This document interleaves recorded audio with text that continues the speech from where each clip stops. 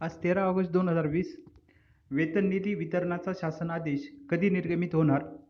पावसाळी अधिवेशन मुंबईत 7 सप्टेंबरपासून. मंत्रिमंडळ बैठक निर्णय.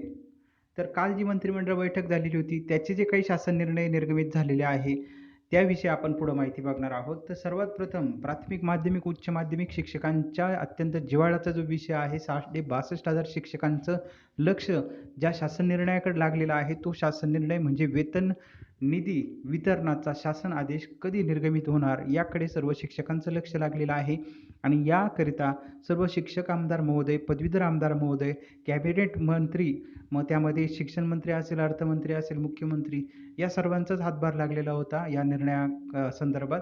परंतु आता हा शासन निर्णयची जी काही प्रक्रिया आहे ही प्रक्रिया पूर्ण होऊन शासन निर्णय वेबसाईटवरती कधी शिक्षकांना पाहायला भेटणार हा जो प्रश्न आहे तो आता शिक्षकांना पडलेला आहे. लवकरात लवकर हा शासन निर्णय निर्गमित हो अशी सर्व शिक्षकांची इच्छा आहे. काही दिवसांपूर्वीच पायदिंडी ही औरंगाबाद येथून क्रांतियुग शिक्षक संघटना आहे यांचे खैरे सर औरंगाबाद येथून मुंबईच्या दिशेने मंत्रालयाच्या दिशेने पायदिंडी घेऊन निघालेले होते. नाशिक येथे आल्यानंतर पुन्हा शिक्षण विभागातून शिक्षण मंत्री प्राध्यापिका वर्षाताई गायकवाड यांच्याकडून तब्येतीची विचारपूस करण्यात आलेली होती. त्यानंतर शिक्षण खात्यासोबत शिक्षक आमदार, पदवीधर आमदार, त्याचसोबत जे पायदिंडीमधील शिक्षक आहे सर्व विविध शिक्षक संघटनेचे, त्याचसोबत संभाजी ब्रिगेडचे पदाधिकारी यांची बैठक झालेली होती. त्या बैठकीमध्ये महत्त्वाचे जे मुद्दे होते, अघोषितचा जो प्रश्न होता प्राथमिक माध्यमिक उच्च माध्यमिक याची माहिती लवकरात लवकर गोळा करून 31 ऑगस्टपूर्वी त्यांनाही घोषित करून अनुदान देण्याचा निर्णय जो आहे तो त्या ठिकाणी झालेला होता. त्यानंतर जे सेवा संरक्षण आहे, अनुदानित शिक्षकांप्रमाणेच विनाअनुदानित शिक्षकांना देखील सेवा संरक्षण मिळावे. अतिरिक्त झाल्यानंतर विनाअनुदानित शिक्षकांना सेवा संरक्षण मिळत नव्हतं, तर ते सेवा संरक्षणाचा देखील फाईल तयार करण्यासाठी प्रक्रिया जी आहे ती शिक्षण खात्याने प्राध्यापिका वर्षाताई गायकवाड शिक्षण मंत्री यांनी ही सुरू केलेली आहे. त्यानंतर पुन्हा अर्थ विभागाच्या संदर्भात जे काही 2 महत्त्वाचे निर्णय होते त्यामध्ये 20% अनुदान आणि ज्या अंशतः अनुदानित ज्या शाळा होत्या त्यांना पुढचा टप्पा 40% अनुदानाचा. तर याचा जो निर्णय होता अर्थ विभागाच्या संबंधित होता. तर याविषयी अर्थमंत्र्यांची जेव्हा अपॉइंटमेंट घेण्यात आलेली होती आणि अर्थमंत्र्यांसोबत बैठकही लावण्यात आलेली होती. मग त्यामध्ये शिक्षण मंत्री, त्याचसोबत पदवीधर आमदार, शिक्षक आमदार हे उपस्थित होते. आणि हेच होत असताना काही जे शिक्षक संघटना आहे या शिक्षक संघटनेकडून सुप्रियाताई सुळे यांच्याशी देखील संपर्क करण्यात आलेला होता. शिक्षक समन्वय समिती, त्याचसोबत खाडीलकर मॅडम यांच्याकडून देखील संपर्क जो आहे तो सुप्रियाताईंना करण्यात आलेला होता. आणि त्यावेळेस हे जे अनुदान वितरणासंदर्भात 22 जून रोजी जी मोठे साहेबांनी म्हणजे शरद पवार साहेबांनी बैठक घेतलेली होती आणि त्यावेळेस शिक्षकांना वेतन अनुदान देण्यासंदर्भात ज्या काही अटी शर्ती या आधीच्या सरकारने ठेवलेल्या होत्या त्या लवकरात लवकर निर्गमित करून शिक्षकांच्या खात्यावरती पगार जमा करण्यासंदर्भात शिक्षण विभाग, अर्थ विभागाला आदेशित केलेलं होतं.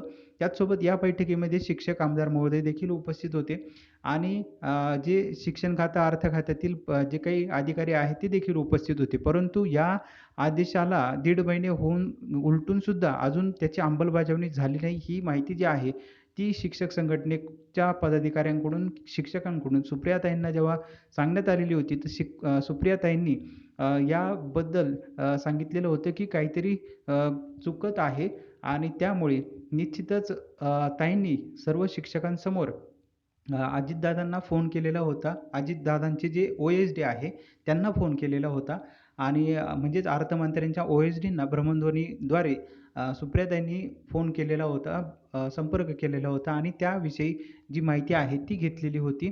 त्याचसोबत शिक्षण मंत्री प्राध्यापिका वर्षाताई गायकवाड यांना देखील भ्रमणध्वनीद्वारे संपर्क केलेला होता.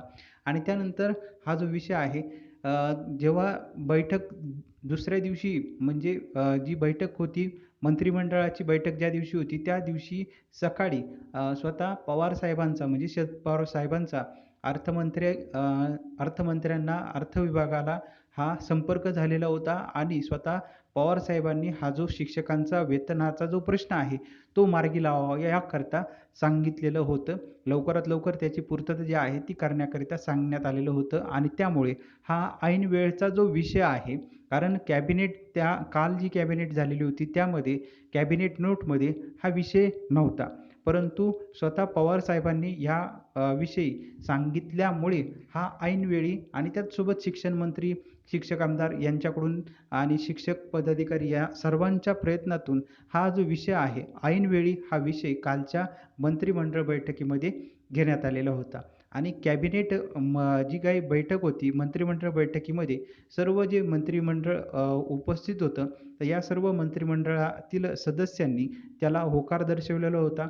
शिक्षण मंत्री, अर्थमंत्री, मुख्यमंत्री यांनी त्याकरिता पाठिंबा किंवा होकार जो आहे तो दर्शवलेला होता आणि आदेश जो आहे तो लवकरात लवकर निर्गमित करण्यासंदर्भात आता पुढची प्रक्रिया जी आहे, त्याचा मार्ग जो आहे तो मोकळा झालेला आहे. तर हा जो विषय होता ऐनवेळी आल्यामुळं त्याचे जे काही लेखी किंवा इतर जे काही प्रशासकीय कामकाज होतं त्याविषयी जी माहिती आहे ती पुढे आलेली नव्हती. कारण हा ऐनवेळी विषय चर्चेला आलेला होता आणि त्या संदर्भात 350 कोटी जे आहे ते शिक्षकांना देण्याचं ठरलेलं आहे. त्याला तोंडी मान्यता देखील देण्यात आलेली आहे. मुख्यमंत्री महोदय यांनी देखील या संदर्भात आणि कॅबिनेट मंत्र्यांनी देखील या संदर्भात होकार दर्शवलेला आहे. मान्यता जी आहे ती दिलेली आहे मंत्रिमंडळ बैठकीमध्ये आणि त्यामुळे शिक्षकांचा वेतनाचा जो मार्ग आहे तो मोकळा झालेला आहे आणि ही सर्व माहिती शिक्षक आमदार महोदयांनी देखील सर्व शिक्षकांना ही गोड बातमी जी आहे ती दिलेली आहे. पदवीधर आमदारांनी शिक्षकांना ही गोड बातमी ही कळवलेली होती आणि त्याचसोबत आता जो काही मार्ग आहे तो लवकरात लवकर शासन निर्णय जो आहे तो वेतनाचा तो लवकरात लवकर निर्गमित व्हावा याकरिता सर्व शिक्षक आमदार महोदय, पदवीधर आमदार महोदय, शिक्षक संघटना, सर्व शिक्षक हे प्रयत्न आता करत आहे. त्याचसोबत शिक्षण मंत्री, अर्थमंत्री, मुख्यमंत्री यांच्याकडून देखील लवकरात लवकर हा शासन निर्णय निर्गमित व्हावा याकरिता प्रयत्न जे आहे ते आता सुरू झालेले आहेत. तर येत्या किती दिवसामध्ये हा शासन निर्णय निर्गमित होणार हा मात्र प्रश्न आहे. परंतु त्याकरिता पाठपुरावा जो आहे तो सर्व विभागांकडून हा सुरू झालेला आहे. तर याविषयी देखील काही प्राथमिक माहिती आल्यानंतर तीही आपण बघणार आहोत. परंतु हा जो काही जी संमती मिळालेली आहे वेतन निर्गमित करण्याकरिता, तर त्याकरिता महाराष्ट्रातील सर्व शिक्षकांतर्फे सर्व पदवीधर आमदार, शिक्षक आमदार, सर्व जे मंत्री महोदय आहे, सर्वांचे आभार जे आहे ते मानले गेलेले होते. कारण सर्वांचेच यामध्ये सहकार्य जे आहे ते झालेलं होतं. सर्व अटी-शर्ती काढून शिक्षकांना वेतन मिळवण्याकरिता सर्व घटकांनी ज्यांनी यामध्ये सहभाग घेतलेला होता, त्या सर्व घटकांचे जे आहे ते आभार मानण्यात आलेले होते. कारण याआधी देखील असंख्य आंदोलनं जे आहे ते झालेले होते. आझाद मैदान असेल, या ठिकाणी असंख्य आंदोलनं झालेले होते.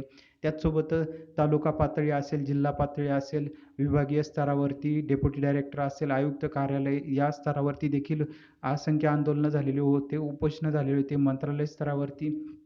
तर नागपूर असेल, अशा या सर्व ठिकाणी सर्व शिक्षकांकडून शिक्षकांसोबत विविध ज्या संघटना आहे, संभाजी ब्रिगेड असेल किंवा इतर ज्या पक्षीय संघटना असतील यांच्याकडून प्रयत्न करण्यात आले होते. तर अशा सर्व ज्ञात-अज्ञात सर्व जे घटक होते या सर्वांचं शिक्षकांतर्फे आभार जे आहे ते मानण्यात आलेलं आहे. कारण शिक्षकांना वेतन मिळावं हा पहिला जो प्रश्न आहे शिक्षकांच्या दृष्टीने फक्त खात्यावरती आपला पगार जो आहे तो सुरू व्हावा आणि या दृष्टीने सर्व शिक्षकांनी सर्व ज्या ज्ञात-अज्ञात घटकांचे आभार जे आहेत ते मानलेले आहे आणि निश्चित येत्या काळामध्ये लवकरात लवकर हा शासन निर्णय आहे तो निर्गमित होऊ शकतो. याकरिता प्रयत्न जे आहे ते सध्या सुरू आहे. त्याची माहिती आल्यानंतर ती आपण पुढे बघणार आहोत. त्यानंतर पावसाळी अधिवेशन जे आहे ते 7 सप्टेंबरपासून सुरू होणार आहे. त्याचं टेंटेटिव्ह जे शेड्यूल आहे ते आलेलं आहे. तर 7 सप्टेंबरपासून पावसाळी अधिवेशनाला मुंबई येथे सुरुवात होणार आहे. या अधिवेशनाकडे देखील शिक्षकांचं लक्ष लागलेलं आहे. कारण जे काही अघोषित शाळा आहे त्यांची 31 ऑगस्टपर्यंत माहिती मागवलेली आहे आणि सप्टेंबरच्या 10 ते 12 ते 15 दिवसामध्ये अघोषितचा देखील प्रश्न जो आहे तो लवकरात लवकर मार्गी लावण्यासाठी शिक्षक आमदार, पदवीधर आमदार, शिक्षण मंत्री, अर्थमंत्री, मुख्यमंत्री हे सकारात्मक आहे आणि तो देखील प्रश्न जो आहे तो लवकरात लवकर मार्गी लागण्याच्या दृष्टीने जी काही प्रलंबित काही माहिती होती, मग ती डेप्युटी डायरेक्टर स्तरावरती असेल किंवा आयुक्त स्तरावरील असेल, तर कोणीही पाठीमागे शिल्लक राहू नये, कोणावरती अन्याय होऊ नये. तर याकरिता सर्वांची माहिती 31 तारखेपर्यंत गोळा करून त्यांना देखील लवकरात लवकर घोषित करून त्यांना देखील अनुदान जे आहे ते देण्याच्या दृष्टीने अत्यंत युद्ध पातळीवरती हे प्रयत्न आहे. विविध शिक्षक संघटनेचे पदाधिकारी जे आहे ते प्रयत्न यासाठी करत आहे आणि लवकरच या संदर्भात देखील गोड बातमी जी आहे ती देखील ऐकायला मिळू शकते. तर पावसाळी अधिवेशन मुंबईला सुरू होणार आहे. 7 सप्टेंबरपासून हे अधिवेशन असणार आहे. त्याचसोबत काल जी मंत्रिमंडळाची बैठक झालेली होती, या बैठकीमध्ये विविध विषय जे आहेत ते घेण्यात आलेले होते आणि त्यानुसार जे मंत्रिमंडळ बैठकीमध्ये विषय घेण्यात आलेले होते, जे निर्णय कालच्या मंत्रिमंडळ बैठकीमध्ये झालेले, त्यामध्ये सर्वात प्रथम उपकर प्राप्त इमारतीतील लाखो रहिवाशांना दिलासा देण्यासाठी म्हाडा अधिनियमात सुधारणा करण्याचा निर्णय मुख्यमंत्र्यांच्या मान्यतेने महत्त्वाच्या निर्णयावरती शिक्कामोर्तब हे झालेलं आहे. आर्थिक विवंचनेतील आदिवासींसाठी खावटी अनुदान योजना पुन्हा सुरू. सुमारे 11.55 लाख आदिवासी लाभार्थ्यांना याचा फायदा होणार आहे. खावटी जी अनुदान योजना आहे ती अत्यंत गरजेची होती आदिवासी बांधवांकरिता आणि त्याकरिता 11.55 लाख जे आहे ते मंजूर करण्यात आलेले आहे. त्याचसोबत वैद्यकीय व दंत अभ्यासक्रमाच्या खुल्या प्रवर्गातील विद्यार्थ्यांना शैक्षणिक शुल्काची प्रतिपूर्ती जी आहे त्याविषयी कालच्या मंत्रिमंडळ बैठकीमध्ये निर्णय घेण्यात आलेला आहे. त्याचसोबत अंत्योदय व प्राधान्य कुटुंबातील लाभार्थींना मोफत 1 किलो चणा डाळ जी आहे त्याचा देखील कालच्या मंत्रिमंडळ बैठकीमध्ये निर्णय घेण्यात आला. आकस्मिकता निधीतून शेतकरी कर्जमुक्ती योजनेसाठी रक्कम उपलब्ध करण्याचा निर्णय कालच्या मंत्रिमंडळ बैठकीमध्ये घेण्यात आला. वैद्यकीय व दंत महाविद्यालयातील निवासी डॉक्टरांच्या विद्यावेतनात वाढ जी आहे ती करण्यात आली, त्याचा देखील काल निर्णय घेण्यात आलेला आहे.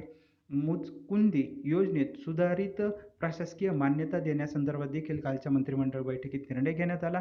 त्याचसोबतच शिक्षकांना वेतन अनुदान देण्यासंदर्भात 350 कोटी रुपये जे आहे ते देण्याचा देखील प्राथमिक, माध्यमिक, उच्च माध्यमिक 20% घोषित आणि त्यासोबत अंशतः अनुदानित ज्या शाळा आहे म्हणजे ज्यांना 40% आता पुढचा टप्पा असणार आहे, तर त्याकरिता 350 कोटी जे आहे त्याची मंजुरी तोंडी मंजुरी मंत्रिमंडळाच्या बैठकीमध्ये झालेला आहे, परंतु त्याचं प्रोसिडिंग होत असतं आणि त्यामुळे त्याचा देखील जो मार्ग आहे शिक्षकांना वेतन मिळण्याचा तो मोकळा झालेला आहे आणि त्यामुळे लवकरात लवकर या संदर्भातील जी काही प्रशासकीय कामकाज आहे, जी पूर्तता आहे, ती पूर्तता करण्यासाठी आता शिक्षकांकडून शिक्षक आमदार, पदवीधर आमदार यांच्याकडून प्रयत्न होत आहे. शिक्षण मंत्री, अर्थमंत्री यांच्याकडून ही लवकरात लवकर प्रक्रिया पूर्ण करून लवकरात लवकर याचा शासन निर्णय जो आहे तो लवकरात लवकर निर्गमित करून पुन्हा या शासन निर्णयाची जी प्रत आहे किंवा त्याचे जे आदेश आहेत ते पुन्हा आयुक्त स्तर, त्यानंतर म्हणजे director level, deputy director level, त्यानंतर जिल्हा परिषद